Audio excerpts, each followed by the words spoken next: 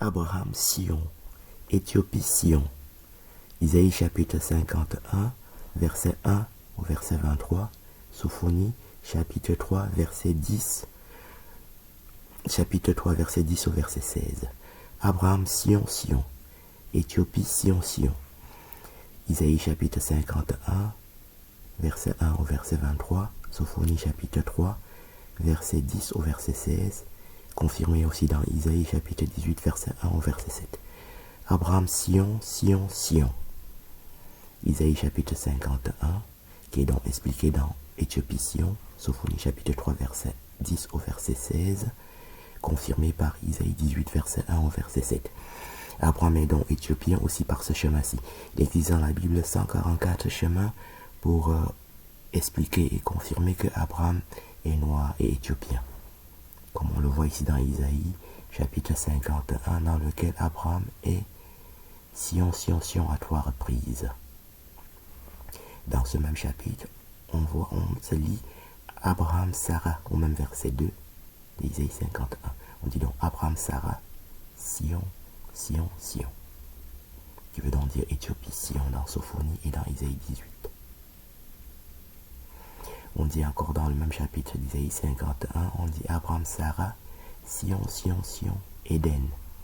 Et Éden c'est défini par Éden, diamant, dans Ézéchiel chapitre 28, verset 13. Et le diamant veut dire l'Afrique, il n'y a pas de diamant nulle part. Hein. Il n'y a pas de diamant en Arabie Saoudite, il n'y a pas de diamant là-bas chez les Ashkénazes, palestiniens, ni en France. Le diamant qu'on trouve dans ces endroits-là, c'est le diamant qu'on a volé en Afrique, pour le vendre en verse. Donc, Éden ici veut dire donc Éden diamant, qui veut dire l'Afrique. Et Sion veut dire Éthiopie, Sion dans Sophonie chapitre 3 et dans Isaïe 18. Le même Isaïe 51, c'est lit Abraham, Sarah, Sion, Sion, Sion, Éden, mon peuple, Jérusalem. Au verset, du verset 1, ça commence au verset 2 jusqu'au verset 19. Bon, et on se lit aussi mon nom, on trouve mon nom au du verset 11 au verset 16 et au verset 19. Et le nom, on dit Éthiopie, le nom de l'Éternel, dans Isaïe chapitre 18, verset 1 au verset 7. On dit encore Éthiopie, le nom de l'Éternel, dans Sophonie chapitre 3, verset 10 jusqu'au verset 16, en particulier le verset 10 et 11 et 12. Et le nom de l'Éternel, on trouve aussi Euphrate, il y a 4 Euphrate dans Jérémie chapitre 13, qui se disent, il y a tout un livre que j'ai écrit dessus, qui se trouve sur Facebook, qui se trouve dans différents sites web gratuitement. Et on dit dans Jérémie chapitre 13, Euphrate, mon nom, léopard, éthiopien, du verset 1 jusqu'au verset 23. Donc, éthiopien, mon nom. Et donc, Éthiopie veut dire le nom de l'Éternel dans Jérémie chapitre 13, et dans Sophonie chapitre 3, et dans Isaïe chapitre 18. Et par ailleurs, Jérusalem se dit Jérusalem, Madian, Kédar, dans Isaïe chapitre 10 et dans Isaïe chapitre 60. Et Abraham, un peu plus loin, dans Genèse chapitre 25 au verset 13, on dit Abraham enfanta Madian au verset 2 et Kédar au verset 13. Et Kédar, dans Genèse chapitre 25, que nous avons vu en début de vidéo, et Genèse, Kédar se définit comme noir, Kédar, peau noire, dans Cantique des Cantiques chapitre 1, verset 5 à 6. Donc il y a en tout 144 chemins pour démontrer qu'Abraham est noir. J'ai déjà fait plusieurs vidéos, presque 300 vidéos sur divers sites web, sur YouTube, sur Facebook et partout, qui expliquent cela en détail. Et j'ai écrit tout un livre qui est sur Amazon avec 1444 versets qui expliquent les 144 versets en question, qui sont accessibles gratuitement par ailleurs dans toutes sortes de sites web. Il suffit de taper mon nom dans Google et de chercher patiemment. J'ai fait plus. Donc, il n'y a absolument rien d'antisémite dans ce que nous faisons. C'est vraiment important de le préciser. Pour preuve, donc, mes livres se trouvent sur Amazon, sur Facebook et sur toutes sortes de sites web pour cette raison-là. Et donc, quand je parlais, mon témoignage actuel confirme le témoignage de mes amis que j'ai déjà fait, mis sur divers sites web et sur diverses vidéos. Quand mon ami, c'est pas antisémite parce que donc mes amis ashkénazes m'ont rendu des services que moi-même je pourrais jamais leur rendre. Bon, j'ai souvent parlé de mes amis David Taeb et David Lipski, mais j'ai de bonnes amies filles, femmes ashkénazes aussi. Hein. Quand j'ai fait un remplacement à Paris en 2008, en juillet-août 2008, j'étais fiché là-bas dans leur synagogue aussi, dans le sud de Paris, à Longpont-sur-Orge. Je remplaçais un médecin généraliste, et une jeune fille qui est venue parce qu'on lui avait dit dans la synagogue, comme on avait dit mes autres amis ashkénazes, c'est notre ennemi. Elle est venue pour voir à quoi ressemblait cet ennemi. Ben, tout de suite, dans mon cabinet, elle a vu que ça n'avait pas la tête d'un ennemi. Hein. Donc, elle en a profité pour assouvir ses fantasmes.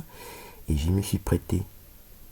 Et après, on est allé chez elle. Hein. Elle m'a montré ses insignes militaires qu'elle avait reçus là-bas en Palestine. Et elle m'a montré aussi les photos. Hein. Elle avait sauté en parachute et toutes sortes de choses. Hein. Et quand une femme est totalement une femme, et qu'en plus, elle est militaire, quelque chose comme ça augmente l'adoration que tu peux en avoir. J'ai fait plusieurs vidéos au mois d'août et septembre pour expliquer les techniques d'adoration que Salomon, j'ai même écrit un livre, hein, mon 4e livre s'appelle Femme, Divinité. Donc j'ai de bonnes copines ashkénazes aussi. Il n'y a rien d'antisémite dans rien de ce que je peux faire. Bon, on ne peut pas parler, on ne peut pas donner trop de détails de toutes sortes de choses, pour toutes sortes de réserves qu'on peut avoir par rapport aux gens aussi. Hein. Mais j'ai de très bons amis. Voilà.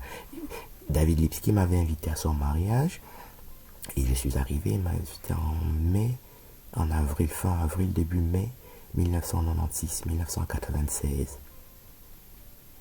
Et on est parti avec la petite avait 1 an, je tenais la petite, et ma femme tenait le cadeau de David, et c'était dans un grand château à Uccle, à Bruxelles, et on n'a pas pu rester. Hein. On dit comme s'il y avait plusieurs milliers de personnes dans la cour du château, et on était comme ça dans la foule, et il y a des gens qui ont parlé en russe, hein. Et ma femme a dit, Gabin, tu entends ce qu'ils disent de toi? Ils disent, c'est pas notre ennemi, qu'est-ce qu'il fait ici? Ma femme parle le russe. Donc, les gens venus de Russie pour assister au mariage de manière très ponctuelle m'avaient reconnu parce que j'avais été fiché là-bas chez eux, comme à Marseille, comme à Bruxelles, comme étant leur ennemi. On dit, c'est pas notre ennemi, qu'est-ce qu'il fait ici? Voilà. Et on a changé de place. Ma femme a dit qu'on bouge, on a bougé, on a changé de place. Et après, on est allé dans le fond du jardin de ce château-là. Et puis, il y avait des Polonais là-bas venus de Pologne de manière très ponctuelle pour le mariage. Ils ont dit en polonais la même chose. Hein. Ma femme a dit, Gabin, tu entends à nouveau ce qu'ils disent de toi? Ma femme parle le polonais aussi. Et ils ont dit, oh, c'est pas notre ennemi, qu'est-ce qu'il fait ici?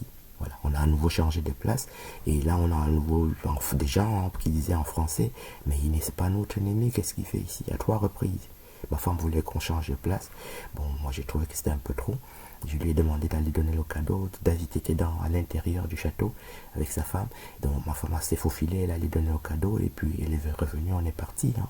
Voilà. C'était ça le témoignage que j'avais déjà fait antérieurement l'année dernière sur David et sur David Taeb et sur David Lipski. Donc, c'est très impressionnant parce que à l'époque, moi, je ne savais pas ces choses-là. Et David Lipski, qui est un garçon extrêmement vaillant, hein, voilà. Et j'étais le seul noir à son mariage. Hein. Alors qu'on est 120, on était 120 médecins, candidats médecins dans notre année. Hein. Et j'étais le seul, il y avait au moins 20 noirs, des Aïrois et tout ça. Il n'a invité que moi. Hein. Et c'était un acte très courageux de sa part, puisque quand aussi toute la synagogue et tout Bruxelles, c'est que, même jusqu'en Russie, on sait que je suis l'ennemi alors que je ne suis pas l'ennemi. Lui, il a décidé que je n'étais pas l'ennemi. Et c'est comme ça que c'est un acte d'un très très grand courage. J'explique ça en détail dans toutes sortes de vidéos. David Taeb, quand je suis arrivé à Marseille en mai 2000, il a fait la même chose. Hein. Je suis descendu, dès que je suis arrivé à l'hôpital, il est venu m'attraper. Il a dit, Serge, on a dit que tu es notre ennemi et qu'il faut te tuer. Hein. Et il m'a protégé pendant tout son séjour, pendant tout mon séjour à Marseille. Donc je ne peux pas être antisémite pour cette raison-là. Voilà. J'ai plein de très très bons amis ashkénazes, garçons et filles. Hein. Donc, et toutes les filles ashkénazes avec qui je suis sorti avaient fait leur service militaire en Palestine. Hein. Et c'est qui les rend plus belles qu'elles ne le sont comme ça physiquement. Parce que quand elles t'amènent chez elles, elles te montrent qu'elle a sauté en parachute, qu'elle a fait ceci, cela, et devient encore plus belle que tu ne pouvais le savoir avant. Donc il n'y a rien d'antisémite dans ce qu'on fait.